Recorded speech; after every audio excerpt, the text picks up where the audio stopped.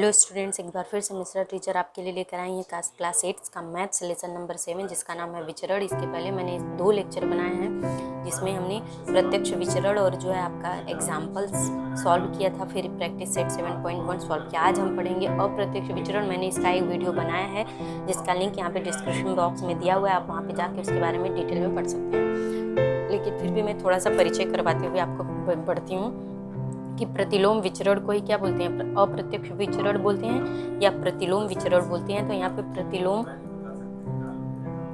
प्रतिलोम विचरण क्या होता है, जिसे इंग्लिश में इनवर्स वेरिएशन बोलते हैं। अगर x और y जो है प्रतिलोम अनुपात में हो, किसमें हो, प्रतिलोम अनुपात में हो, तो यहाँ पे x और y प्रतिलोम विचरण है, ऐसा लिखते हैं।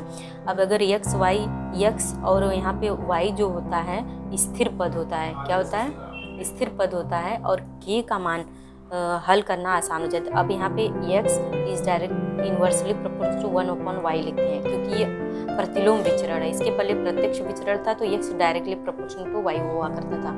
अब यहाँ पे देखिए हम क्या कर सकते हैं, यहाँ पे हम लिख सकते हैं x बराबर k गुणे 1/y। यहाँ पे अल्फा का जब हटाए तो यहाँ पे k लिख दिया, तो इसको इस तरीके से लिख सकते हैं, k का जब 1 में गुणा करेंगे तो x बराबर k/y। ठीक है फ्रेंड, तो ये हमारा क्या हो जाता है, प्रतिलोम विचरण यानी इनवर्स वेरिएशन का सूत्र होता है। तो यहाँ पे k बराबर x गुणे y होता है। ठीक है, तो ये जो फॉर्मूला होता है इसी का यूज़ करके आज हम जो है एग्जाम्पल सॉल्व करेंगे और उसके बाद हम प्रैक्टिस सेट 7.2 पर आएंगे।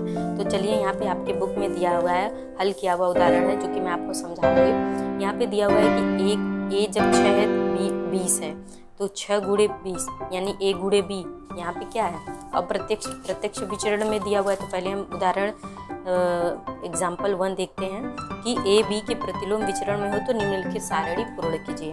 तो a का मान कितना दिया हुआ है 6 और b का मान दिया हुआ है 20। तो हमें पता है कि प्रत्यक्ष विचरण में तो a inversely proportional to 1/b है। जब हम k लगाएंगे तो मतलब कि a बराबर k/b, तो a गुणे b क्या हो जाएगा, a गुणे b बराबर k हो जाएगा। ठीक है, यानी कि जो बुक में दिया हुआ है a गुणे b, इसका मान k है, ये k के बराबर है। ठीक है फ्रेंड, तो ये जो 120 दिया हुआ है k की वैल्यू दी हुई है, ये हमें पता करना रहता है। तो ठीक है, हमने ये पता कर लिया। तो पहले प्रॉब्लम पर आते हैं। a बराबर 6, b बराबर 20 दिया हुआ है, तो k, इसलिए k बराबर कितना हो जाएगा, 6 गुणे 20 बराबर 6 दूनी 18, अरे 6 दूनी 12 सॉरी, तो ये हो जाएगा 120। क्या हो गया, ये विचरण का अचरांक हो जाएगा या इसको स्थिरांक भी बोलते हैं। ठीक है फ्रेंड, ये पहला वाला सॉल्व हो गया। दूसरे वाले में पे आ गए हैं। दूसरा प्रॉब्लम दिया हुआ है, a बराबर कितना है 12, b का मान पूछ रहा है और k का मान हमें पता है 120 दिया हुआ है। तो हमें पता है a गुणे b बराबर k है, तो a का मान कितना है 12 मान रख दिया, और b का मान कितना है b ही है, और k का मान 120 है। तो b का मान जब हमें ज्ञात करना होगा तो 120/12 हो जाएगा, तो 12 कम 12 और ये 0 1, तो b बराबर कितना हो जाएगा 10 हो जाएगा। तो यहाँ पे हम जब फिल करेंगे तो यहाँ पे कितना लिखेंगे, 10 लिखेंगे, 10। इसके बाद नेक्स्ट प्रॉब्लम, a बराबर दिया तीसरे सारणी के तीसरे कॉलम में a बराबर 15 दिया हुआ है, b का मान भी पूछ रहा है और क्या पूछ रहा है, a गुणे b का मान भी, यानी a गुणे b बराबर k का मान भी पूछ रहा है। तो इसको हम कैसे सॉल्व करेंगे, तो इसको सॉल्व करने के लिए हमें क्या करना है, हमें पता है सवाल सारणी में भी दिया हुआ a गुणे b बराबर 120 होता है, तो यानी कि हमें b का मान हल करना है। तो a गुणे b बराबर 120 होता है, तो a का मान 15 दिया हुआ है और b का मान ज्ञात करना है बराबर 120। ठीक है फ्रेंड, तो b बराबर 120 बटा क्या हो जाएगा 15। ठीक है, 15 8 120 होता है, तो b बराबर कितना हो जाएगा 8। ये हमारा इसका आंसर हो जाएगा। तो यहाँ पे हम इसको जब फिल करेंगे तो कितना लिखेंगे, b का मान 8। इसके बाद इसी में दिया हुआ है चौथा नंबर का प्रॉब्लम, तो देखते हैं।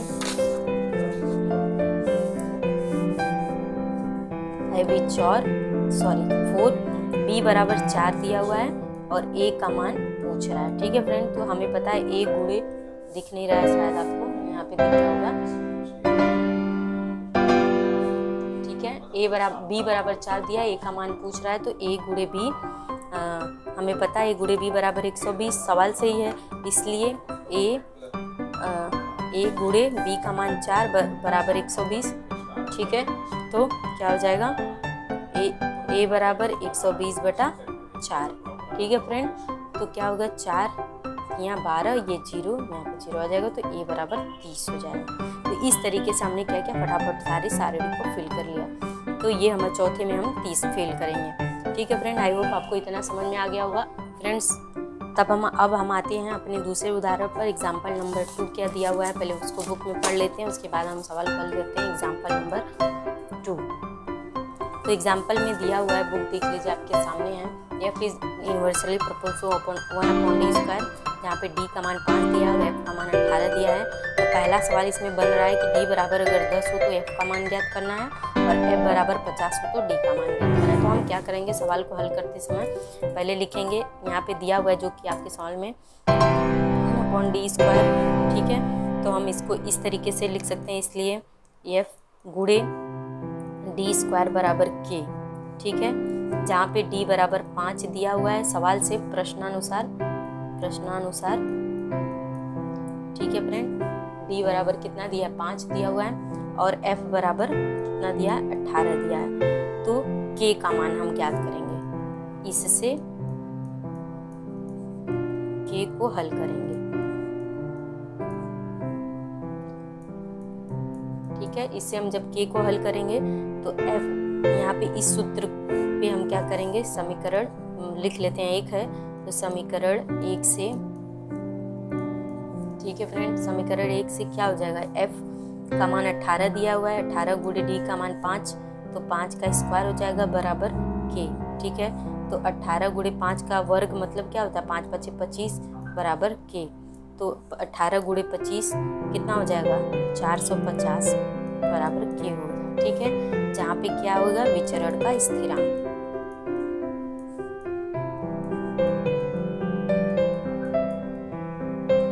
ठीक है, ये हो गया हमारा फ्रेंड। अब हमारा इसी में पहला सवाल दिया हुआ है कि d बराबर 10 तो f का मान क्या होगा।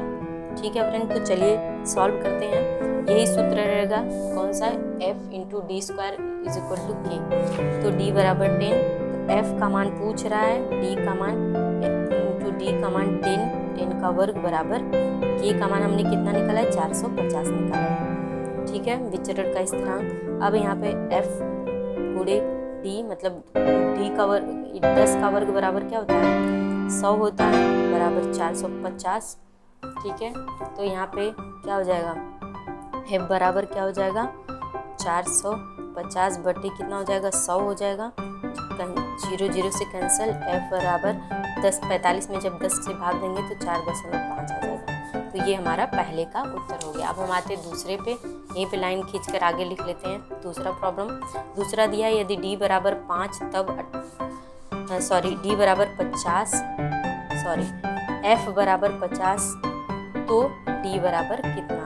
हमें पता है k बराबर 250, हमने 450 इसके पहले सॉल्व किया है, जो विचरण का स्थिरांक है। तो इसी आधार पर हम क्या करेंगे, f गुणे d² बराबर कितना हो, k है सूत्र से, तो f का मान कितना दिया, 50 गुणे d² का मान ज्ञात करना है, k का मान 450 दिया हुआ है। तो d² बराबर कैसे करेंगे, 450 बटे क्या हो जाएगा, 50, तो ये 0 से कैंसिल, 5 × 9 = 45, तो d² बराबर क्या हो जाएगा, 9। तो ये क्या है, वर्ग है, तो जब इसका क्या होता है, 9 का वर्गमूल क्या होता है, d बराबर 3 हो जाएगा। ठीक है फ्रेंड, तो इस तरीके से हम क्या करेंगे, इसका उत्तर ज्ञात कर लेंगे। तो आई होप आपको ये समझ में आ गया। तो हमारा जो भी एग्जाम्पल था मैंने सबको सॉल्व किया है, आपने लास्ट तक देखा, इसके लिए थैंक यू। अब हम नेक्स्ट वीडियो लेक्चर में आपको समझाएंगे प्रैक्टिस सेट 7.2 का सारा प्रॉब्लम उठाएंगे और सबको सॉल्व करेंगे। तब तक के लिए फ्रेंड्स बाय।